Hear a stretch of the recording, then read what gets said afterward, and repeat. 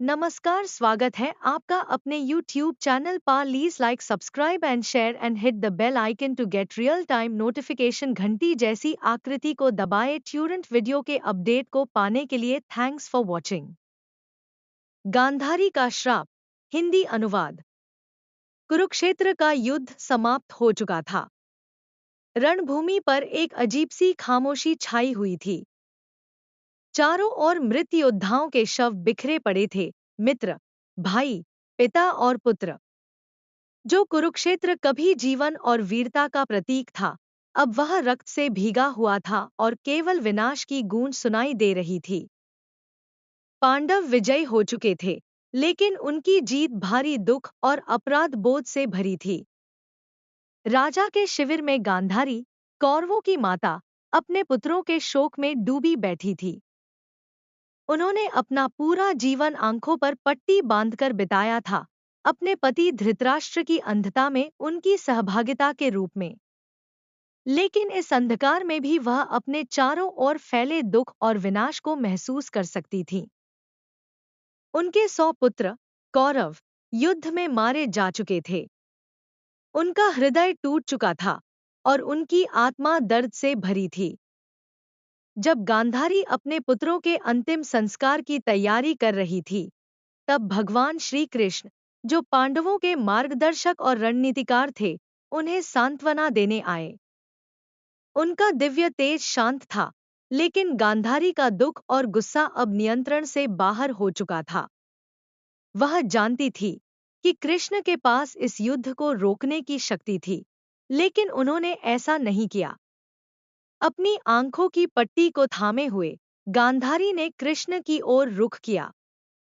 उनका स्वर दुख और आक्रोश से कांप रहा था। हे कृष्ण, आप जो धर्म के रक्षक माने जाते हैं, आपने इस विनाश को क्यों होने दिया? आपने इस युद्ध को रोकने के लिए कुछ क्यों नहीं किया? आप सर्वशक्तिमान हैं, फिर भी आपने चुपचाप इस रक्तपात को होने दिया। मेरे 100 पुत्र इस युद्ध में मारे गए हैं। क्या यह आपकी जिम्मेदारी नहीं थी?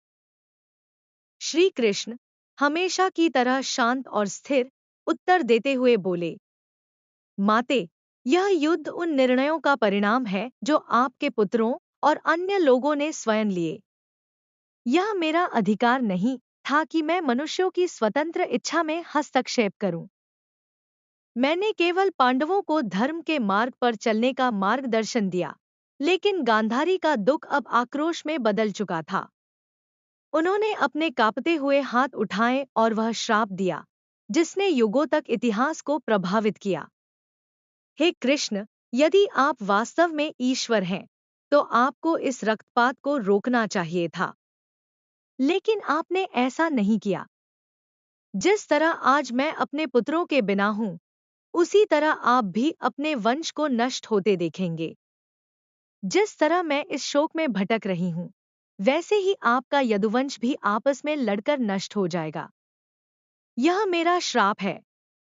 श्री कृष्ण ने गांधारी के श्राप को विनम्रता से स्वीकार किया। माते, मैं आपके दर्द को समझता हूं और मैं आपके शब्दों को अस्वीकार नहीं करता। हाँ, यदुवंश भी एक दिन नष्ट होगा। यह भी समय के चक्र का हिस्सा है। लेकिन यह भी सत्य है कि धर्म और अधर्म के संतुलन को बनाए रखने के लिए यह आवश्यक है। गांधारी के आंसुओं के बीच श्री कृष्ण धीरे धीरे वहां से चले गए। उनके चेहरे पर हल्की मुस्कान थी, जिसमें करुणा और स्वीकारोक्ति का भाव था। वह जानते थे कि यदुवंश का विनाश और उनका स्वयं का अंत भी समय की योजना का हिस्सा था। कुछ वर्षों बाद गांधारी का श्राप सच हुआ।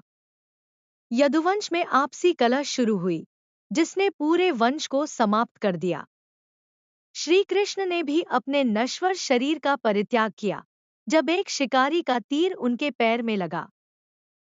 नमस्कार, स्वागत है आपका अपने YouTube चैनल पर। Please like, subscribe and share and hit the bell icon to get real time notification. घंटी जैसी आकृति को दबाएं। तुरंत वीडियो के अपडेट को पाने के लिए थैंक्स फॉर वॉचिंग।